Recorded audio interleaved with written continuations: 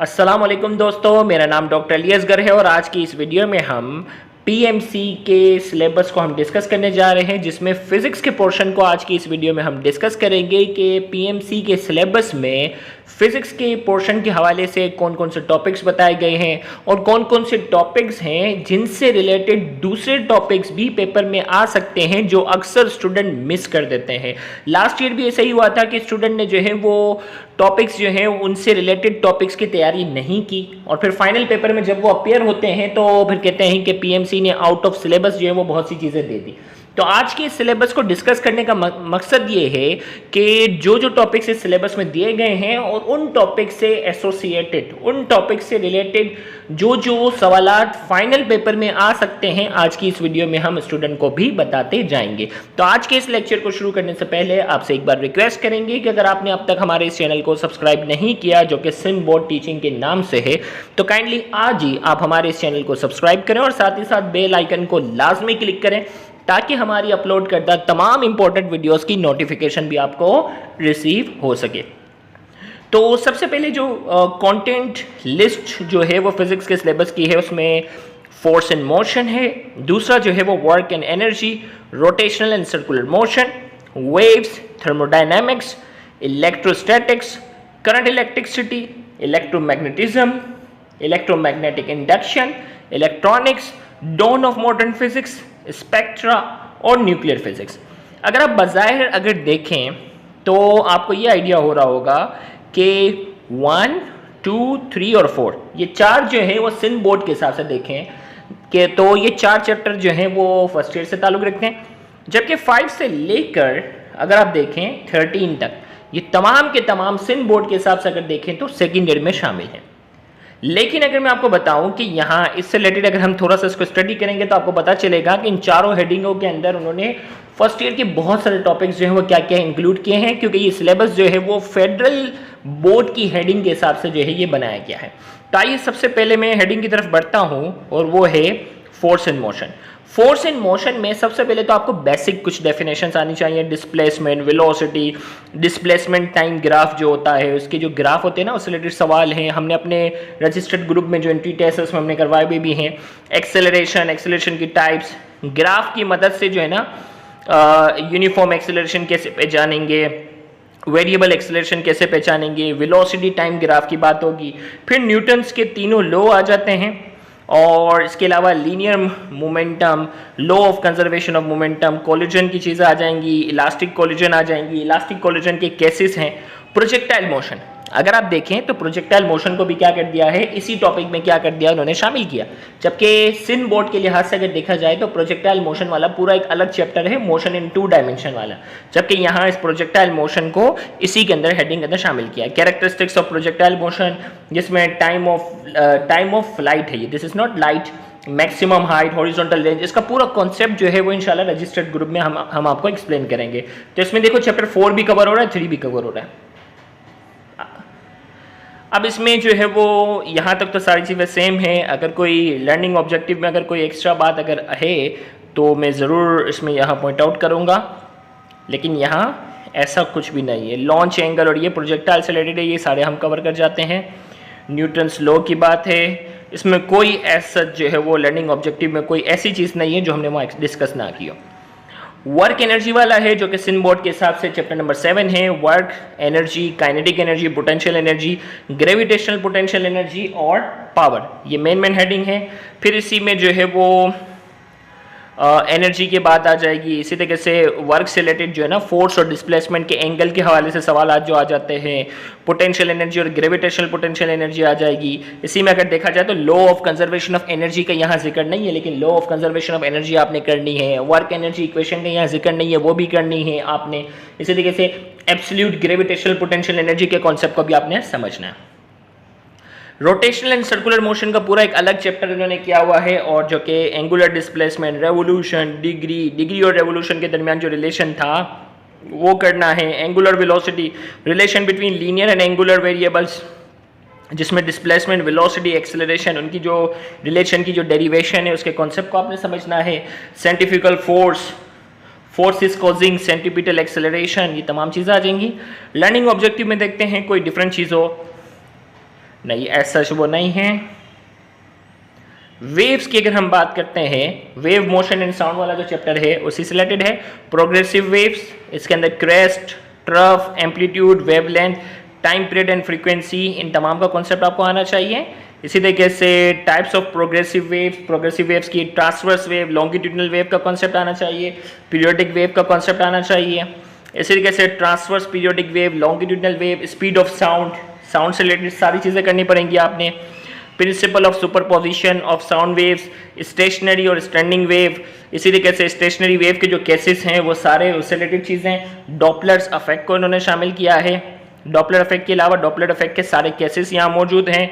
Simple harmonic motion के लिए तो सिंपल हार्मोनिक मोशन की तमाम एग्जांपल और ये चीज़ें जो हैं ये तमाम की तमाम आपने स्टडी करनी पड़ेंगी, जिसमें एम्पलीट्यूड का concept, vibration, time period, frequency, instantaneous displacement, ये चीज़ें। लर्निंग ऑब्जेक्टिव में देखते हैं कोई अगर डिफरेंट चीज़ हो तो। फिलहाल तो इसमें वही चीज़ें हैं। लर्निंग ऑब्जेक्टिव में ऐसे Newton formula for the speed of sound आ जाएगा। लेप्लास ने जो करेक्शन की थी वो इसमें थोड़ा एडिशनल कर दिया। इस तरीके से ओके, स्टेशनरी वेव और ये तो ऑलरेडी हमें मालूम है। इसी तरीके से simple harmonic motion and explain the characteristics of simple harmonic motion. Simple harmonic motion को हम डिटेल में करेंगे। अब थर्मोडायनेमिक्स की अगर हम बात करते हैं, first law of thermodynamics, specific heat, molar specific heat. अब ये सेकेंड ईयर से रिलेटेड है ना। अब आपको इसमें पहले हीट का कॉन्सेप्ट आना चाहिए, टेम्परेचर का कॉन्सेप्ट आना चाहिए, स्केल्स ऑफ टेम्परेचर का कॉन्सेप्ट आना चाहिए। फिर इसके बाद आप थर्मोडायनेमिक्स पर जंप करते हो और फिर थर्मोडायनेमिक्स में जो है वो यहाँ तो फर्स्ट लॉ ऑफ थर्मोडायनेमिक्स का है, फिर उसी थर्मोडायनेमिक्स से रिलेटेड आपने second law of thermodynamics, heat engine वगैरह। इन शॉर्ट यहाँ सिर्फ दो अल्फाज को देखते हुए आपने अपने मेन टॉपिक्स को जो है वो मिस नहीं करने, वरना जो है वो फाइनल पेपर में आप लास्ट ईयर के स्टूडेंट की तरह ही कहोगे कि हमें ये नहीं मालूम था, हमें फला चीज़ नहीं बताई थी, सिलेबस से आउट आ गया चीज़ें। ये बहुत सी चीज़ें हो सकती हैं, तो इसीलिए आपने अच्छे से तवज्जो देनी है। ऑलमोस्ट हीट का देखो, specific heat, molar specific heat. अब यहाँ टेम्परेचर का कॉन्सेप्ट भी आना चाहिए। थर्मोडायनेमिक्स के सारे केसेस इसमें शामिल हैं। Cp minus C V equal to R वाली चीज़ें भी इसमें क्या हैं, शामिल हैं।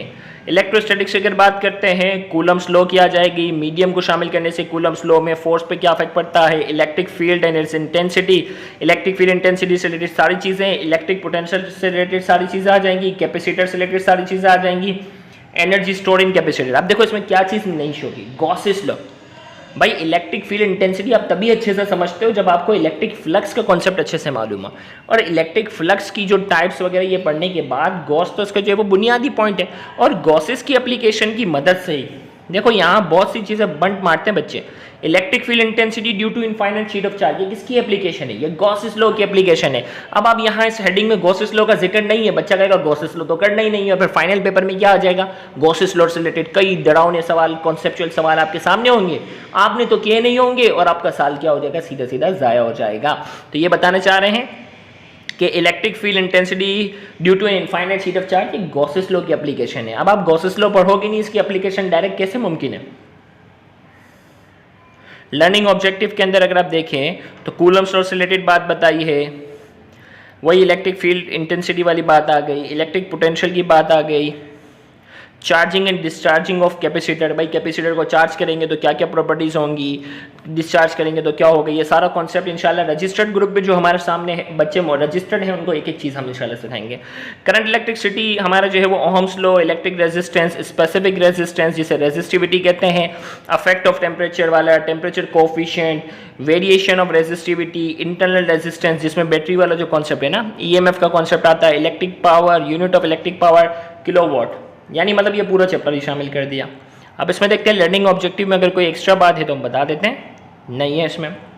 इलेक्ट्रोमैग्नेटिज्म वाले में देखो यहाँ इलेक्ट्रिक फील्ड, मैग्नेटिक फ्लक्स और मैग्नेटिक फ्लक्स डेंसिटी, तीन चीज़ें यहाँ इन्होंने क्या की है, शामिल की है।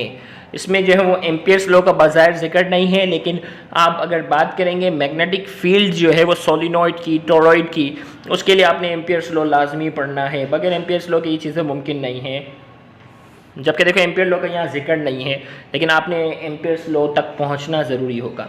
मैं इलेक्ट्रोमैग्नेटिक इंडक्शन की बात करेंगे। इलेक्ट्रोमैग्नेटिक इंडक्शन में Faraday's law, Lenz law in conservation of energy, generating electricity, AC generator भी इसमें शामिल किया।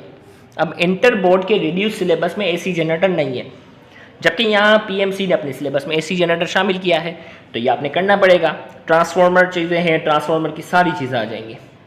अब इसमें Faraday's law, Lenz law, transformation कैसे काम करता है, ट्रांसफार्मर, इसका पूरा वर्क, इसका पूरा मैकेनिज्म वगैरह एक एक चीज़ करनी पड़ेगी। इलेक्ट्रॉनिक्स में क्या लिखा हुआ है, रेक्टिफिकेशन है, define rectification, use of diode बता दो, half wave and full wave rectification.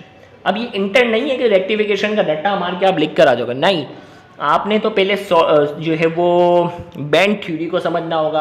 Band theory के बाद जो है वो आपने डोपिंग को समझना होगा कि पी टाइप सब्सटेंस क्या होता है, एन टाइप क्या होता है, फिर डायोड बनता कैसे है, डायोड बनने के बाद फिर फॉरवर्ड बायसिंग क्या होती है, रिवर्स बायसिंग क्या होती है, ये समझना होता है। फिर आप रेक्टिफिकेशन पर पहुंचते हो तो चीज़ें आपको समझ में आती है। तो यहाँ बच्चा क्या करेगा, रेक्टिफिकेशन की डेफिनेशन याद करके वहाँ चला जाएगा, तो ऐसा बच्चा तो वहाँ फेल होगा ही होगा ना।